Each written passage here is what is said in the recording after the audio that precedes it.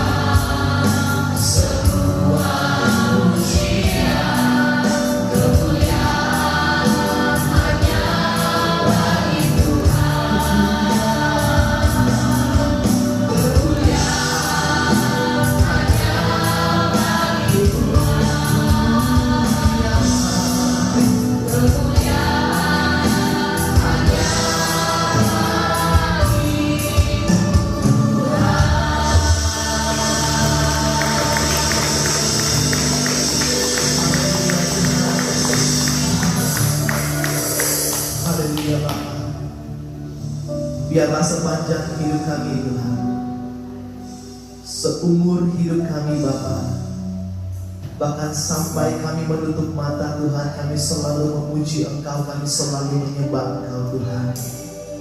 Ajar kami Bapa untuk menjadi pribadi yang taat dan mau setia di hadapan-Mu, mencintai Engkau tanpa batas, menjadikan Engkau satu-satunya dalam hidup kami.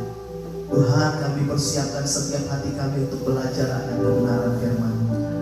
Mari Bapa, Engkau ambil alih waktu ini Tuhan. Di dalam nama Tuhan Yesus kami berdoa dan kami bersyukur. Haleluya. Amin. Haleluya.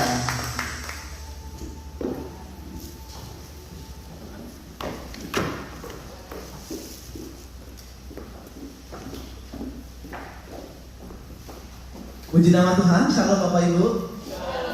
Apa kabarnya? Ada sukacita pada pagi hari ini, amin. Haleluya. Saya bersyukur kalau pada kesempatan ini diberikan kesempatan untuk menyampaikan atau sharing kebenaran firman Tuhan. Mari kita benar-benar menyiapkan atau mempersiapkan, menyediakan waktu yang singkat ini untuk sama-sama kita belajar, amin. Haleluya.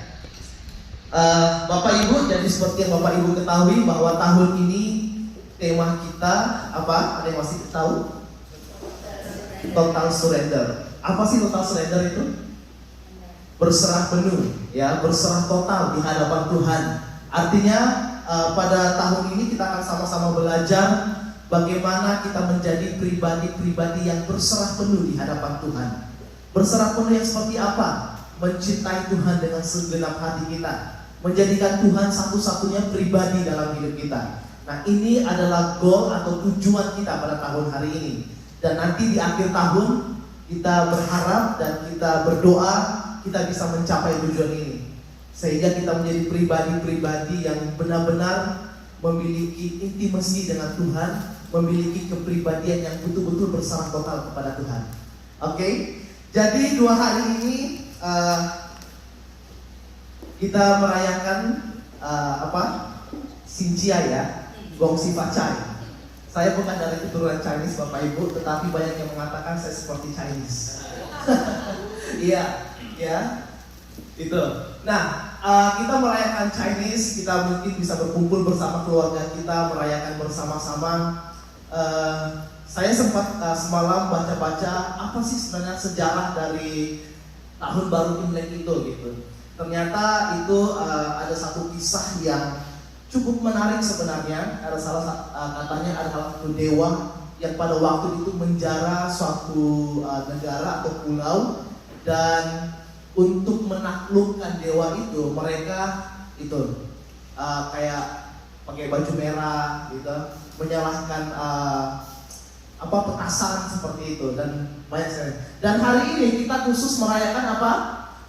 Valentine Day, hari kasih sayang gitu ya. Hari kasih sayang ini tidak hanya berbicara tentang bagaimana seorang laki-laki memberikan bunga kepada pacarnya, tetapi hari kasih sayang ini seharusnya kita bisa rayakan bersama-sama, mau yang belum menikah maupun yang sudah menikah. Kasih sayang kepada anak, kasih sayang kepada suami, kasih sayang kepada istri. Nah, itu adalah hari kasih sayang. Dan ternyata juga sebenarnya sejarah dari Happy Valentine Day ini juga berbeda sebenarnya. Sebenarnya ini tidak spesifik berbicara tentang merayakan hari kasih sayang gitu. Ternyata pada zaman dulu ada seorang santo gitu ya. Itu sekitar tahun 300 sebelum Masehi, ketika seorang raja yang bernama Claudius II itu memerintah. Jadi pada waktu itu semua anak-anak muda atau orang-orang muda yang memiliki kekuatan yang gagah perkasa, mereka diharuskan untuk ikut berperang gitu. Nah, seorang raja ini dia punya satu strategi Bapak Ibu. Jadi biar para pria atau para orang-orang bujang itu fokus dalam mencapai impiannya untuk menaklukkan semua musuh-musuhnya, dia mengeluarkan suatu perintah untuk dilarang pacaran. Bayangkan Bapak Ibu kalau saya hidup pada zaman itu, saya nggak harus berpacaran, ya, harus melajang seumur hidup gitu. Jadi dia mengeluarkan satu perintah untuk dilarang berpacaran, tidak boleh memiliki hubungan dengan seorang wanita. Tetapi ada seorang santo Dan dia ternyata adalah seorang hamba Tuhan, seorang yang takut Tuhan. Namanya Valentine. Makanya itu namanya ditaruh Valentine, karena namanya Valentine. Dan bahkan sampai sekarang pun ini diabadikan menjadi Santo Valentine gitu. Dia melawan perintah raja tersebut gitu. Malah dia secara diam-diam yang harusnya tidak boleh menikahkan orang, dia menikahkan orang secara diam-diam. Karena dia melihat kesian gitu. Uang Tuhan aja suruh untuk apa? Beranak cucu gitu. Kok ada gitu raja yang mengeluarkan sebuah perintah untuk dilarang berpacaran. Kalau di pacaran aja dilarang, ya bagaimana bisa beranak cucu. Nah itu sejarah singkat dari Imlek maupun Valentine Day. Nah Bapak Ibu, pada hari ini saya akan berbicara khusus tentang give up on his love. Apa sih maksudnya give up on his love? Berserah kepada cintanya. Cinta siapa? Tentunya cinta Tuhan Yesus gitu ya. Kalau kita berpacaran, yang paling kita selalu pasti kita punya kriteria ya. Kita punya suatu gambaran wanita yang saya inginkan itu seperti apa gitu. Pria yang saya inginkan itu seperti apa gitu. Dan banyak orang untuk meraih cintanya gitu ya, dia melakukan segala macam perkara. Saya nggak tahu ya kalau yang dijodohkan atau dijomblangin ya gitu. Tapi saya Bapak Ibu, asal Bapak Ibu tahu, saya termasuk dijomblangin oleh adik saya sendiri. Iya gitu ya. Jadi kalau seorang pria ataupun seorang wanita untuk mendapatkan cintanya, itu dia melakukan banyak cara, segala macam cara dia lakukan, gitu. Ya, mungkin ajak makan, ajak jalan-jalan, dia bisa apa? Menghabiskan waktunya. Bahkan kadang pun ada orang yang saking ekstrimnya, dia bisa loh bolos sekolah ataupun bolos kuliah ataupun bahkan bolos pekerjaan, hanya untuk menyenangkan pasangannya, gitu. Nah, pada pagi hari ini kita akan belajar Bapak Ibu. Kalau yang manusia aja kita berusaha untuk bagaimana menyenangkan, bagaimana Tuhan kita, Raja di atas segala raja. Saya kadang berpikir begini Bapak Ibu, kalau yang terlihat aja saya bisa mengasihi dengan sepenuh hati saya. Nah, bagaimana saya mendidik diri saya, mengajar diri saya untuk mengasihi yang tidak terlihat?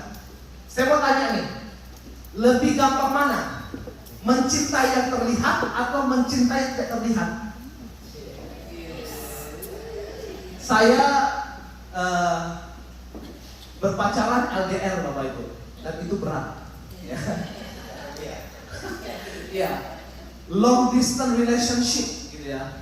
Sama aja kayak berpacaran yang nggak kelihatan gitu, nggak pernah tatap muka, nggak pernah bersentuhan secara emosi begitu ya.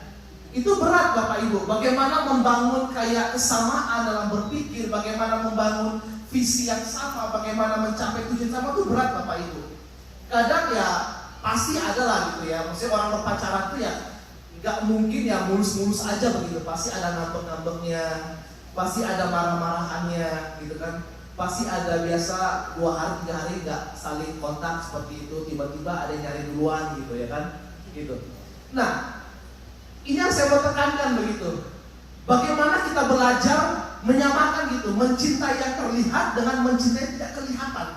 Karena jujur Bapak Ibu, kalau saya mengatakan saya mencintai Tuhan, benar nggak saya benar-benar mencintai Tuhan yang tidak kelihatan itu? Saya pribadi nggak pernah lihat Tuhan secara langsung. Saya nggak tahu kalau Bapak Ibu punya pengalaman, mungkin dalam mimpi atau dalam penglihatan bertemu Tuhan secara langsung. Tapi saya pribadi belum pernah Bapak Ibu. Tetapi saya bisa merasakan kehadirannya, gitu ya. Saya bisa merasakan kasihnya seperti itu. Nah, ini yang sampai kita harus tuju Bapak Ibu. Bagaimana kita bisa menyamakan, menyeimbangkan gitu. Karena jangan sampai kita terjebak Bapak Ibu. Kita bisa mengasihi yang kelihatan, tetapi kita tidak bisa mengasihi sungguh yang tidak kelihatan. Karena itu berat, ya. Sama dengan membangun hubungan yang jauh Bapak Ibu, itu berat, gitu. Nah, ini yang harus kita sampai gitu. Bagaimana kita benar-benar berserah penuh kepada cintanya Tuhan, gitu ya. Coba kita buka dulu di dalam Matius pasal yang ke-22 ayat yang ke-37 sampai dengan ayat yang ke-39. Ya. Matius 22 ayat 37 sampai 39. Di situ dikatakan, jawab Yesus kepadanya, kasihilah Tuhan Allahmu dengan segenap hatimu dan dengan segenap jiwamu dan dengan segenap akal budimu. Itulah hukum yang terutama. Dan hukum yang kedua yang sama dengan itu ialah kasihilah sesama manusia seperti dirimu sendiri. Nah, Bapak Ibu, jadi ada dua indikasi yang perlu kita sama-sama lihat di sini. Mengasihi Allah dan mengasihi sesama. Mengasihi Allah dan mengasihi sesama itu sama artinya mengasihi yang tidak kelihatan dengan mengasihi yang kelihatan, gitu ya. Ada dua. Allah yang tidak kelihatan dan sesama yang kelihatan. Saya sering mengatakan seperti ini, Bapak Ibu. Membenci manusia atau tidak mengasihi sesama, tetapi kita mengatakan kita mengasihi Allah, itu hal yang wajar, gitu ya. Tetapi tidak mungkin ada orang kalau dia mengatakan saya mengasihi Allah dan dia tidak mengasihi sesama. Karena ketika saya mengasihi Allah, itu secara otomatis saya akan belajar bagaimana mengasihi sesama. Nah, coba kita introspeksi diri kita sama-sama. Kira-kira dalam hidup kita ada nggak pribadi atau orang-orang yang masih tidak kita kasihi gitu? Yang mungkin kita benci karena mungkin ada perlakuan yang tidak baik terhadap diri kita, atau mungkin kita tidak mengasihi dia karena satu dan lain hal gitu. Kalau dia tidak mengasihi sama kita, itu berarti dia tidak mengasihi yang tidak kelihatan itu, yaitu Allah itu sendiri. Jadi ukuran kita mengasihi Allah nggak usah jauh-jauh, Bapak Ibu. Ini aja indikasinya. Kalau kita sampai tidak mengasihi sesama, artinya kita tidak mengasihi Allah yang tidak kelihatan. Saya bertobat waktu saya SMA. Saya memang lahir dari keluarga Kristen.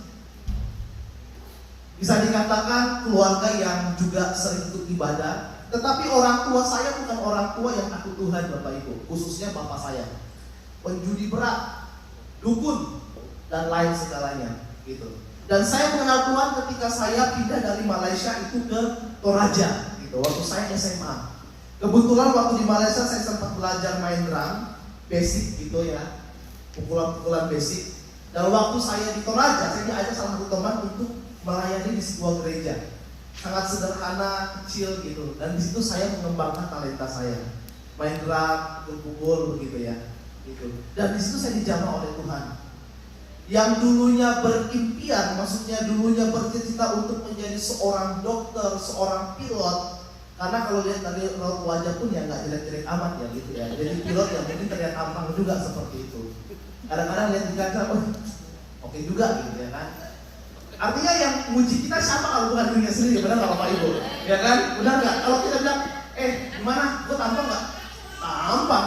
Itu sakit hati yang mungkin muji diri sendiri. Nah, ketika kita cinta mula-mula Bapak Ibu, ketika saya baru bertobat, itu ada sesuatu yang membara dalam hidup kita, benar nggak? Ya, waktu kita baru mengenal Tuhan, itu kita cintanya mati-matian Bapak Ibu. Baca Alkitab, doa, ikut doa puasa dan lain sebagainya. Saya pada waktu cinta mula-mula, saya sampai mengabaikan yang namanya sekolah. Di sekolah pun orang keluar ke kantin, saya baca Alkitab Bapak Ibu. Sampai saya dijuluki satu sekolah tuh Bapak Pendeta.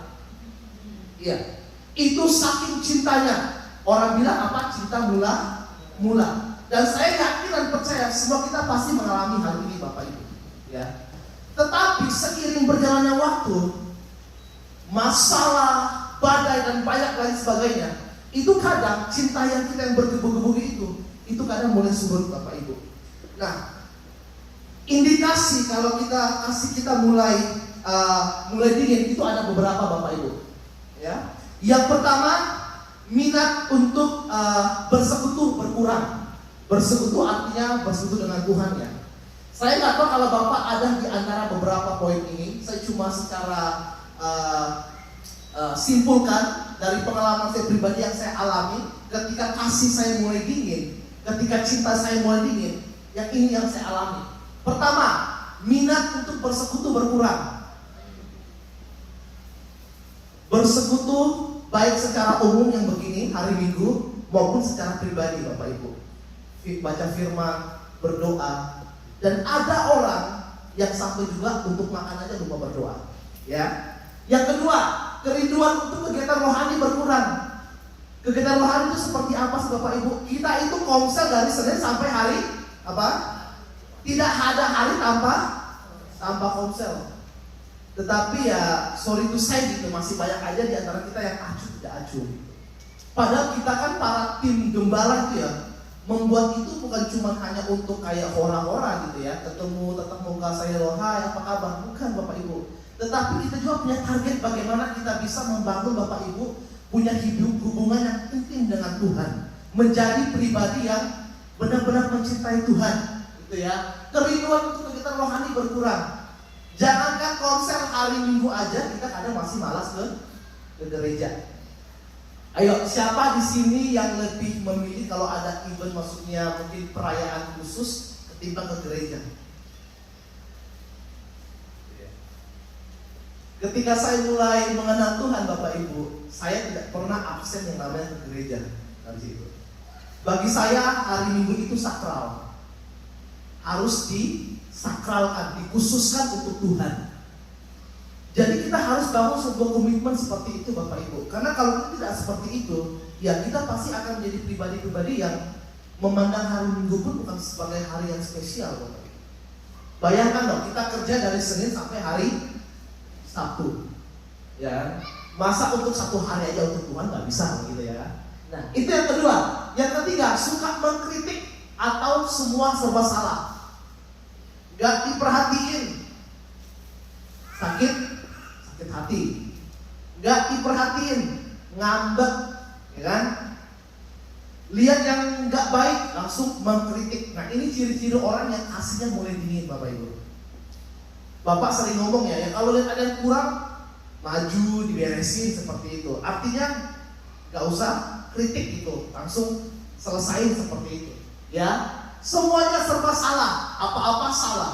Ada orang nggak Bapak Ibu kalau kita ngomong apa aja langsung tiba-tiba marah gitu ya, nada tinggi seperti itu. Saya pun masih kadang jatuh seperti itu Bapak Ibu. Kalau lagi kesel, lagi marah gitu ya, orang ngomong baik-baik itu aja temperamen itu bisa tinggi Bapak Ibu, ya kan? Yang keempat, segala bentuk kegiatan rohani dilakukan secara rutinitas. Nah ini penting. Jangan sampai kita ke gereja itu hanya karena hari Minggu. Memang saya katakan tadi bahwa hari Minggu itu harus dikhususkan untuk Tuhan, itu sudah baik Bapak Ibu. Tetapi kalau bisa menjadikan hari Minggu itu bukan rutinitas, tetapi kebutuhan. Kalau kita bisa kerja dari Senin sampai Sabtu untuk memenuhi kebutuhan jasmani kita, kenapa satu hari aja kita dijadikan untuk memenuhi kebutuhan batin kita, rohani kita? Itu penting Bapak Ibu, ya. Saya ada seorang ahli yang melakukan riset Bapak Ibu. Orang yang rajin ke gereja dengan orang yang malas ke gereja. Orang yang rajin ke gereja itu selalu tersenyum. Mau masalah apa-apa tetap tersenyum. Bukan berarti dia tidak punya masalah. Tidak. Kemarin kita habis bercanda-canda dengan Bapak di rumah gitu, ketawa-ketawa berdua gitu. Saya bilang, saya panggilnya Dad, saya bilang Dad, kenapa selalu tersenyum gitu? Maksudnya kayaknya nggak punya masalah. Iya, emang punya masalah itu harus tunjukin gitu. Apa dengan menunjukkan masalah itu dengan raut yang buka karena bermasalah, apa masalah langsung selesai? Benar juga sebenarnya ya kan? Ya, itu segala bentuk kegiatan rohani dilakukan secara rutinitas. Dan yang kelima, banyak berdalih untuk hal-hal yang rohani. Diajak untuk sumbang, bilang oh ini lagi punya kebutuhan ini. Saya nggak ngomong duit ya Bapak Ibu ya, jangan apa ya. Saya nggak lagi ngomong duit gitu. Artinya untuk hal-hal yang rohani kita itu terlalu banyak alasan. Nah, cobalah kita, saya pun pribadi bukan berarti bukan sudah melewati semua nih, malah yang saya tulis ini semua pengalaman saya Bapak Ibu, gitu. Dan inilah yang saya alami gitu. Untuk hal-hal rohani itu banyak berdalih. Saya pun kadang-kadang kalau diajak pelayanan, saya masih katakan no untuk bisa saya bekerja. Bayangkan, ya kan? Gitu. Nah, inilah ciri-ciri cinta yang mulai dingin. Saya nggak tahu kalau kita berpasangan dalam rumah tangga ya, kira-kira pasangan suami istri bisa mengukur nggak kalau cinta suaminya mulai dingin atau cinta istrinya mulai dingin, itu seperti apa? Ya, itu saya nggak bisa jawab karena saya belum menikah Bapak Ibu ya. Oke, seterusnya. Nah, ini ada 2 poin yang akan saya bagikan sama-sama. Bagaimana kita bisa give up on His love. Bagaimana kita bisa menjadi pribadi yang benar-benar berserah penuh kepada cintanya. Ya, yang pertama yaitu menjadikan Dia atau Allah satu-satunya. Menjadikan Dia satu-satunya. Kalau kita bisa berkata kepada pacar kita atau istri, engkau adalah satu-satunya dalam hidupku. Kenapa sama untuk Tuhan kita tidak bisa berkata seperti ini? Menjadikan Dia satu-satunya. Kadang kita manusia ya terlalu banyak mengkhawatirkan hal-hal yang sementara. Saya kalau mulai jatuh atau lagi mulai down atau lagi mulai tidak bersemangat, saya kadang-kadang menyemangati diri saya dengan begini Bapak Ibu. Kamu tuh hidup gak lama. Umur kamu paling berapa sih? Gitu ya. Apa yang kamu mau cari gitu? Apa yang kamu mau timbul di bumi ini gitu? Coba belajar bangkit dan raih yang sifatnya kekal. Saya yakin nampaknya tidak ada di ruangan ini yang hidupnya kekal, amin. Pada ujungnya kita akan menghadap yang namanya tahta pengadilan. Kita akan menghadap yang namanya Tuhan. Nah, makanya dengan itu selama kita masih ada di bumi ini, saya ibaratkan bumi ini sekolah kita Bapak Ibu. Sekolah kehidupan. Bagaimana kita menjadi student atau pelajar-pelajar yang gurunya itu Tuhan Yesus, menjadikan Dia satu-satunya. Ini penting, ya. Dalam Yakobus pasal 1 ayat 8 dikatakan, sebab orang yang mendua hati tidak akan tenang dalam hidupnya. Orang yang mendua hati itu tidak akan pernah tenang Bapak Ibu. Punya istri 2, punya istri 3, punya istri 4. Mungkin bagi orang-orang lain, wah hebat gitu. Tapi saya yakin dan percaya dia tidak akan tenang dalam hidupnya. Bagaimana mengelola gitu ya, punya 2 istri, 3 istri, ya. Kita jangan legalkan di sini Bapak Ibu ya. Gitu. 1 istri aja untuk bisa menyelami pikiran itu susah, benar nggak? Ya saya cuma dengar curhat-curhat dari suami-suami ya.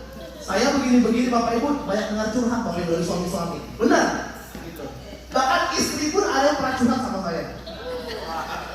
Serius ya. Karena kebetulan suaminya om saya, makanya curhat sama saya. Saya sampai malu gitu. Benar, menyelami satu pikiran aja itu sulit Bapak Ibu. Berpacaran yang orang katakan bahwa kita bisa untuk saling mengenal, itu aja gak cukup. Bahkan sampai kita menikah pun, sampai kita mati pun, untuk bagaimana menyatukan pikiran itu sangat sulit, benar tidak? Ya. Nah, bagaimana dengan kita nih? Bagaimana kita bisa menjadi satu dengan yang kekal itu? Itu gak gampang, itu butuh waktu, butuh proses. Dan butuh yang namanya komitmen. Tadi saya katakan mencintai yang kelihatan itu lebih gampang ketimbang mencintai tidak kelihatan. Nah ini bagaimana kita menjadikan Allah satu-satunya. Itu bukan hal yang mudah Bapak Ibu. Rajin ke gereja itu nggak cukup. Kita harus bagaimana menjadi pribadi-pribadi yang secara pribadi datang kepada Tuhan. Jangan dikit-dikit pendeta, jangan dikit-dikit hamba Tuhan. Kita ini cuma sarana, cuma tools yang mendorong Bapak Ibu untuk dekat dengan Tuhan. Tetapi yang merespon itu adalah kita ini loh. Pribadi lepas pribadi. Mau pendeta dorong bagaimanapun, kalau kitanya tidak mau, itu susah. Ya. Ini tugas kita, bagaimana menjadikan Dia satu-satunya. Mendua hati itu nggak gampang Bapak Ibu. Susah. Apa sih mendua hati? Yang pertama itu double minded, berpikiran ganda. Pernah nggak ajak orang ngomong tapi pikirannya kemana-mana? Itu nggak nyambung. Nah ini nih. Ini tugas kita, bagaimana kita menyelaraskan pikiran kita dengan Tuhan. Jadi apa yang dipikirkan Tuhan itu yang seharusnya kita pikirkan. Kalau Tuhan merindukan jiwa-jiwa, kita juga harus merindukan jiwa-jiwa. Yang kedua itu wondering, bimbang. bimbang kebutuhan, bimbang pekerjaan, bahkan bimbang keluarga dan lain sebagainya. Yang ketiga, itu tidak pasti. Kemarin saya ikut salah satu youth di Indonesia, bekas youth yang saya pimpin waktu di Jakarta di Taman Royal. Kita tiba-tiba ngomong tentang hubungan tanpa status dengan hubungan status, ATS gitu. Hubungan tanpa status itu yang namanya itu nggak pasti gitu. Orang bilang kita monyet, katanya pacaran tetapi statusnya nggak jelas. Nah ini nggak pasti. Yang keempat, itu ragu-ragu. Hidupnya penuh dengan keraguan-raguan. Apa-apa ragu. Ya. Yang terakhir, itu terpecah dalam keinginan. Percayalah Bapak Ibu ya, kalau dalam dunia pekerjaan, kalau kita mendua hati, kita pasti menjadi pribadi-pribadi yang nggak loyal sama perusahaan di mana kita bekerja. Dalam berpacaran, kalau kita mendua hati, kita nggak bisa fokus, gitu. Ya, Bapak Ibu yang sudah pernah berpacaran, ya pasti tahu lah, mendua hati itu apa. Rasanya nggak enak, gitu ya. Ini Bapak Ibu yang tugas utama kita, bagaimana kita menyelaraskan hati kita, pikiran kita menjadi satu dengan Tuhan. Dan itu butuh proses. Yang saya katakan tadi bahwa dunia inilah Bapak Ibu, sekolah kita. Karena kalau kita sudah menghadap Tuhan, tidak ada yang namanya lagi sekolah. Itu sudah langsung dihakimi. Kita maksudnya kemana? Yang sempit atau yang lebar? Surga atau neraka? Gak ada chance lagi Bapak Ibu. Jangan berpikir bahwa ya udah saya masih muda, ya udah pasti masih panjang lah umur gitu, udah nantilah bertobat. Bertobat itu gak cukup sekali, bertobat itu setiap hari. Saya pun sebelum tidur saya bertobat Bapak Ibu, minta ampun kalau sepanjang hari itu saya melakukan dosa. Kita manusia yang lemah, kita manusia yang rentan Bapak Ibu. Ya, dikit-dikit jatuh. Mungkin perkataan kita pun mungkin sering menyakiti orang. Saya kerjanya delivery di jalan gitu. Dulu di kafe, tapi sekarang di jalan. Orang kalau bawa mobil aja dikit apa, langsung kayak nyetuk gitu ya. Asal gitu. Kadang aduh Tuhan. Di jalan tuh banyak tantangannya. Artinya apa? Kita ini manusia yang rentan. Kita harus sadar akan keberadaan kita. Kalau kita sadar akan keberadaan kita akan pasti berusaha bagaimana hidup benar-benar selaras dengan Tuhan, menjadikan Dia the only one. Kalau sama manusia atau pasangan kita bisa mengatakan you are the only one. Kenapa sama Tuhan enggak? Orang yang mendua hati itu banyak Bapak Ibu, ya kan? Salah satu contoh paling simpel deh, gereja. Kita ibadah begini pun dengan firman aja pun orang ada yang masih Facebook, Twitter, gitu. Itu kan ciri-ciri orang yang mendua hati, gak fokus dengan Tuhan. Ayo kita sama-sama belajar, kita menjadi pribadi-pribadi yang menyelaraskan atau menjadi satu dengan Tuhan. Ya, nah itu yang pertama. Dan yang kedua, yang terakhir, ya, khotbah cukup singkat.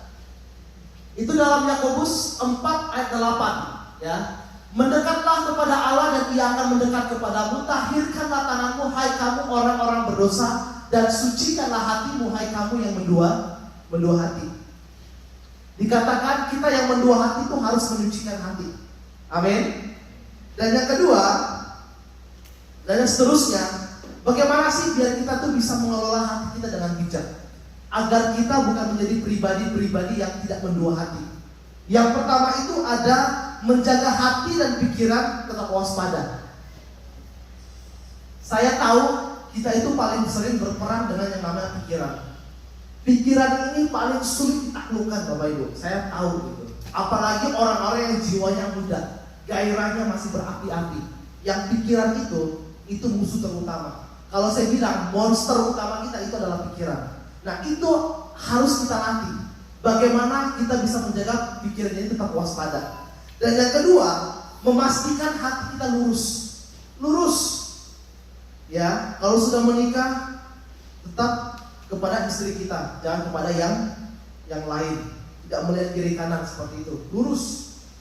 Ya, dan yang ketiga melakukan detox hati. Nah ini nih detox hati. Apa sih detox hati? Kalau badan aja kita bisa detox, biar sehat, biar bugar, hati pun perlu didetox. Amin. Detox dengan cara apa?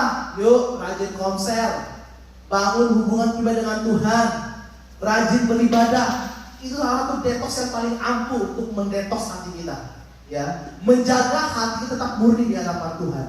Nah ini Bapak Ibu, agar bagaimana kita tidak mendua hati di hadapan Tuhan. Dan yang kedua, yang terakhir, itu mencintai Dia atau Allah seutuhnya.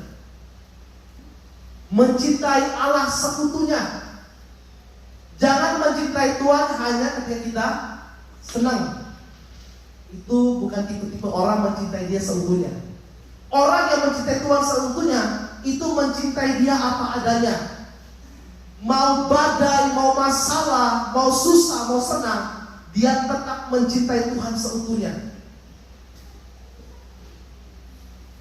Di dalam Ayub pasal kedua ayat 10 dikatakan, tetapi jawab Ayub kepadanya, engkau berbicara seperti perempuan gila. Ini dia ngomong sama istrinya ya. Apakah kita mau menerima yang baik dari Allah tetapi tidak mau menerima yang buruk? Dalam kesemuanya itu Ayub tidak berbuat dosa dengan bibirnya. Jadi orang yang mencintai Tuhan seutuhnya, mau keadaan baik atau buruk pun dia tetap mencintai Tuhan.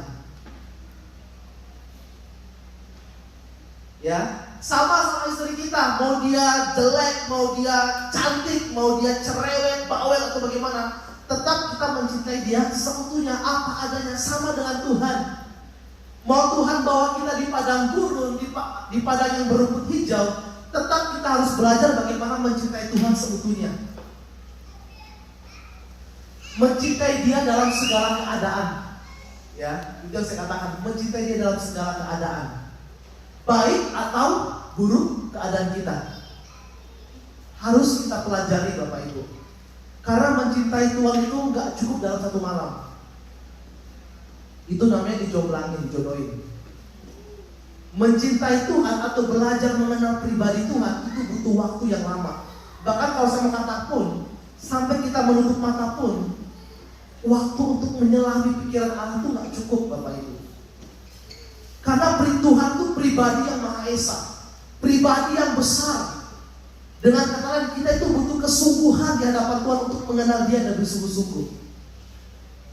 Kalau sama pacar kita aja kita butuh waktu untuk mengenal Dia, kenapa sama Tuhan kita tidak menyediakan waktu untuk mengenal Tuhan? Karena ujung dari hidup kita itu ada apa? 2 kali 1. Kita akan menghadap Tuhan Bapak Ibu. Mau gak mau, ini bukan pilihan. Yang tidak bisa kita pilih dalam dunia ini cuma ada 2 Bapak Ibu. Kapan kita lahir, kapan kita meninggal. Tetapi mengenal Tuhan, kita bisa memilih. Mau sekarang atau terlambat. Ya. Ayo Bapak Ibu, cukup 2 hal ini kita pelajari sama-sama. Bagaimana kita menjadikan Allah satu-satunya, dan bagaimana kita belajar untuk mencintai Dia seutuhnya. Jangan hanya ketika kita senang, kita datang rajin ke gereja. Bahkan lebih parah lagi, banyak orang-orang yang mencurigai Tuhan, menyelingkuhi Tuhan, selingkuhi Tuhan. Dengan cara apa? Ya banyaklah. Ya, lebih memilih Tuhan ketimbang memiliki suatu perayaan. Nggak salah Bapak Ibu kalau maksudnya kumpul dan berdoa, itu nggak salah gitu. Tetapi kalau ada hari khusus di mana kita bisa bertemu dengan Tuhan, ayo kita gunakan kesempatan itu. Kita nggak tahu, mungkin kita pulang tiba-tiba dipanggil Tuhan, ya mau tua mau muda, kita nggak tahu Bapak Ibu. Dengan kata lain saya mau tekankan adalah ayo kita gunakan kesempatan itu dengan sebaik-baiknya. Waktu kita singkat. Kita lihatlah dunia sekarang bukan semakin baik. Memang teknologi semakin canggih, semakin keren gitu ya. Tetapi dunia apa? Semakin amburadul. Ya. Banyak hal Bapak Ibu yang bisa kita pelajari. Kalau kita bisa sampai di sini pun itu kemurahan Tuhan. Saya sampai di sini itu perjuangan berat, berjuang sendiri. Dan kalau sampai di sini pun saya percaya itu karena kemurahan Tuhan. Ya, Bapak Ibu hidup di sini dengan hidup di Indo itu jauh beda. Kita mau cari apa lagi? Ya kan? Gaji seminggu di sini itu gaji 3 bulan 4 bulan di Indonesia. Percaya nggak? Benar kan? Gitu. Artinya apa Bapak Ibu? Tuhan tuh sudah menyediakan semuanya. Ya, Tuhan tuh melengkapi hidup kita dengan segalanya Bapak Ibu. Untuk apa? Untuk bisa mengenal Dia lebih dalam lagi, untuk bisa mencintai Dia lebih sungguh-sungguh lagi. Ya, nah itu yang mungkin bisa saya bagikan. Ayo kita bisa menjadi pribadi-pribadi yang bisa menjadikan Tuhan satu-satunya dan bisa menjadikan atau mencintai Dia seutuhnya. Mau senang, mau susah, tetap Tuhan, you are my love. Ya, Tuhan cinta kita utama dalam hidup kita. Amin. Firman Tuhan saya serahkan kepada Bapak Tuhan Yesus.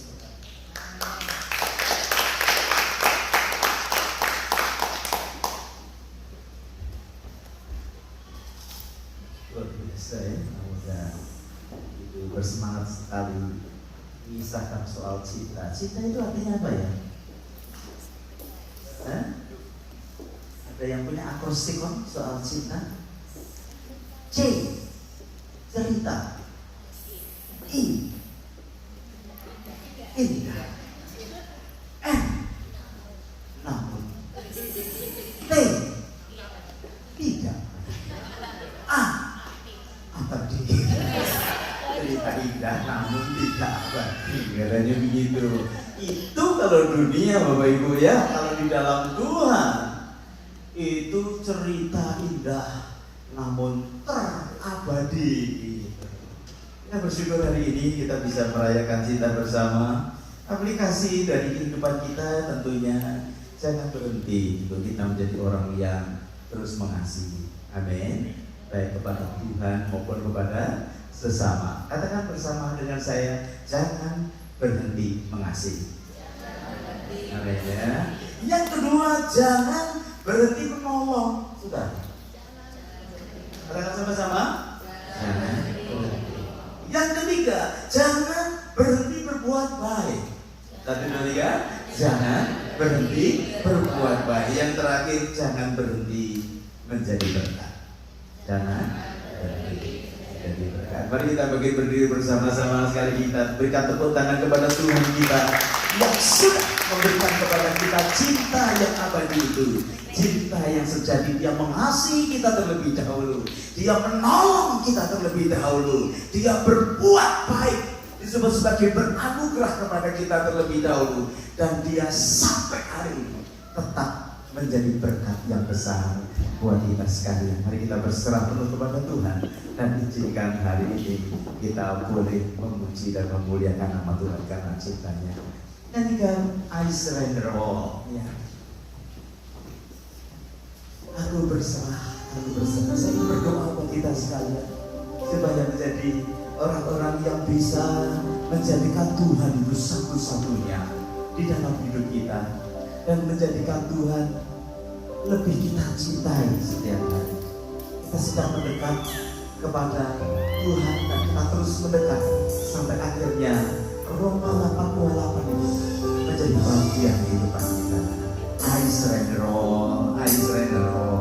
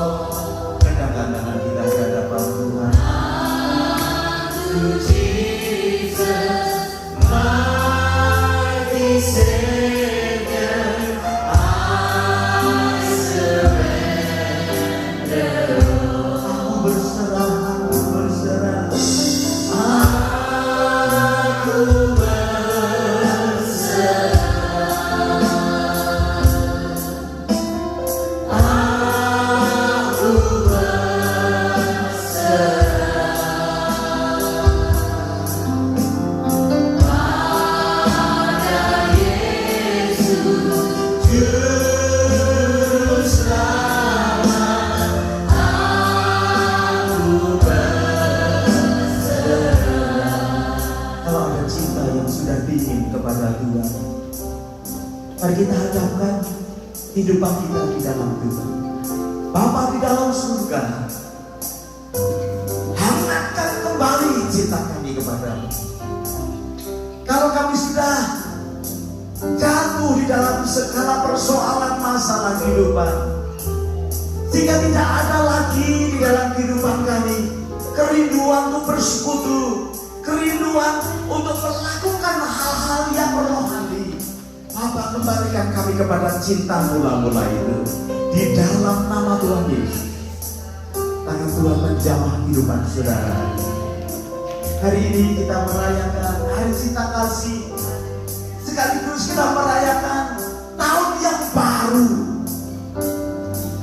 Dan Tuhan berkata berkatnya selalu baru dalam kehidupan kita. Terima pemulihan dan pembaharuan, biar cinta Tuhan masuk di dalam kehidupan saudara. Bapak Ibu Saudara yang dikasihi Tuhan, mungkin kita mengalami kesulitan untuk mencintai Dia karena persoalan yang kita hadapi hari ini seperti tidak kunjung selesai. Bapak Ibu, bukankah Tuhan itu adalah Yehova El-Roi, Tuhan yang melihat dan Tuhan yang mendidik hidup kita? Tidak ada penghukuman lagi karena firman Tuhan buat orang yang dipilih Dia. Kalau ada persoalan yang besar terhadap hidup kita, itu karena Tuhan sedang mendidik hidup kita. Saya mau kita menyerahkan persoalan kita ke dalam tangan Tuhan. Bapak Surgawi, Kau perhatikan setiap kesulitan anak-anak-Mu. Kami bersyukur kami bukan anak-anak gampang di hadapan-Mu. Kau mendidik kami, Kau mengajar kami, Kau memelihara kami, Kau membawa kami kepada pengalaman rohani yang semakin indah. Tuhan, Kau jamah setiap anak-anak yang sakit, yang membutuhkan pekerjaan, yang membutuhkan akan pimpinan Tuhan dalam keluarga. Tuhan, Kau melihat setiap kami berserah kepadamu. Tumpangkan tangan-Mu hari ini ya Tuhan, berkati umat-Mu di dalam nama Yesus. Sekali lagi katakan bersama-sama, aku berserah. Aku berserah.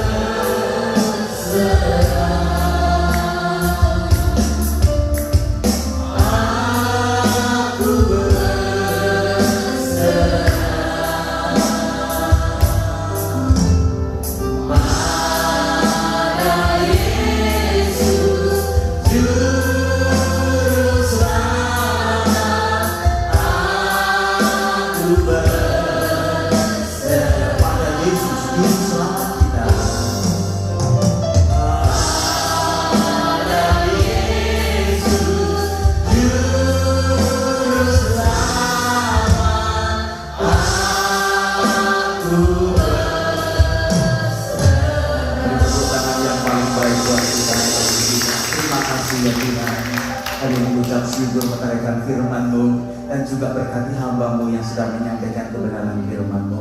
Di dalam nama Yesus kami berdoa, semua kita berkata amin. Silakan Bapak Ibu duduk. Haleluya. Puji Tuhan sekalian, terima kasih untuk hambanya Pastor yang sudah memberkati kita. Apresiasi yang paling baik buat dia. Haleluya. Masih terus Tuhan Yesus memberkati ya. Bersyukur yang punya Dia saudara ya. Haleluya. Bapak Ibu, hari ini kita nanti sebelum kita selesai atau sesudah doa berkat, kita akan melanjutkan dengan simple acara untuk Chinese New Year ya. Jadi kita diminta untuk bisa bersama-sama merayakan yang ada, yang muda memberikan hormat kepada yang tua memberikan berkat kepada yang muda. Begitu ya, bagus ya. Itu namanya apa? Betul ya Pak Iwan ya. Haleluya, kita bersyukur tadi pagi Pastor Iwan sudah melayani di Narwastu dan Pastor Grid melayani di Concord saudara ya. Jadi hari ini rekan-rekan hamba Tuhan menjadi berkat di beberapa gereja dan juga sore nanti jam 2 ada kebaktian di tempat ini. Sekali lagi terima kasih Pastor J.P. bisa jadi berkat buat kita sekalian dan saudara yang dikasih Tuhan. Kita terus berdoa untuk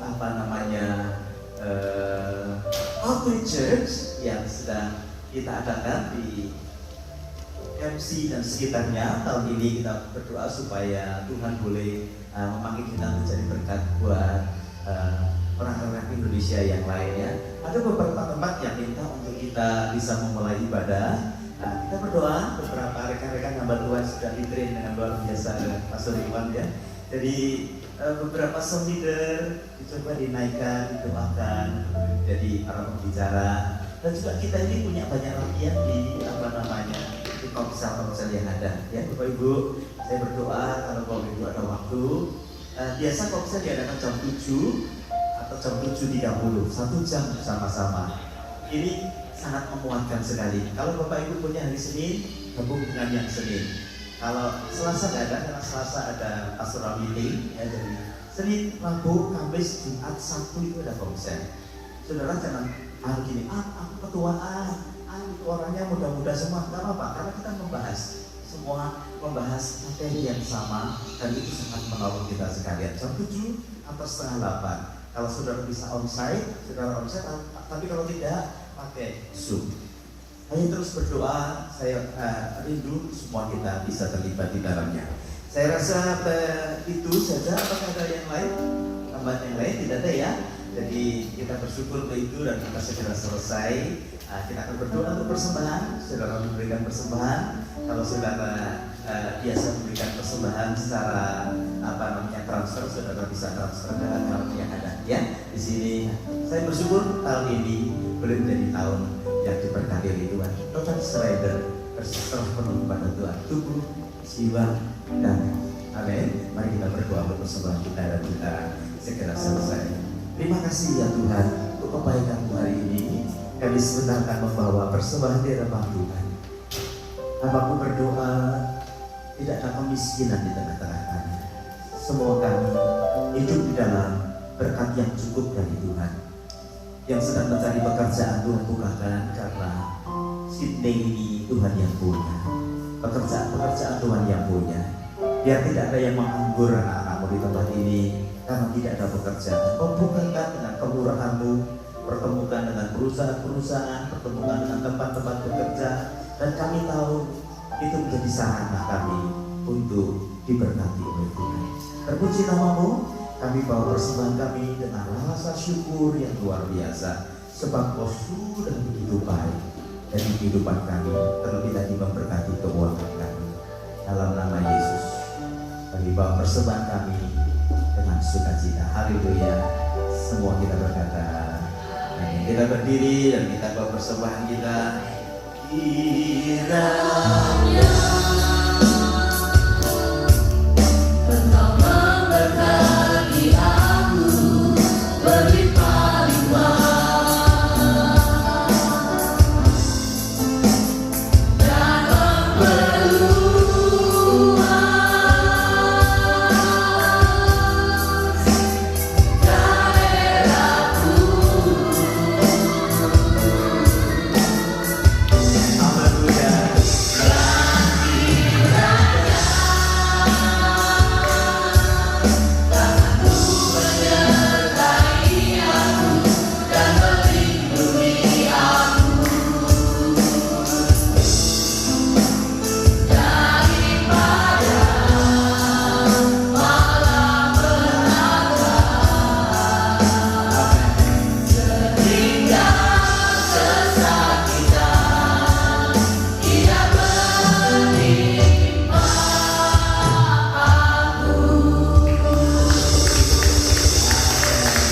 Haleluya.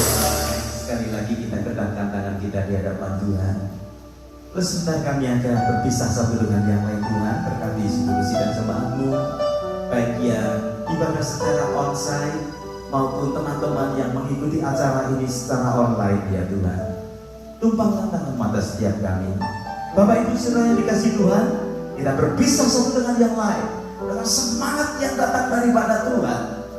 Biar mau menerima berkat yang besar dari Allah Bapa, cinta kasih dari Tuhan kita Yesus Kristus, dan persekutuannya di dalam Roh Kudus menyertai Bapak Ibu saudara sekalian mulai sekarang bahkan sampai selama-lamanya. Mari semua kita berkata amin. Tuhan Yesus memberkati kita sekalian. Saya beri waktu 5 menit untuk Bapak Ibu menyiapkan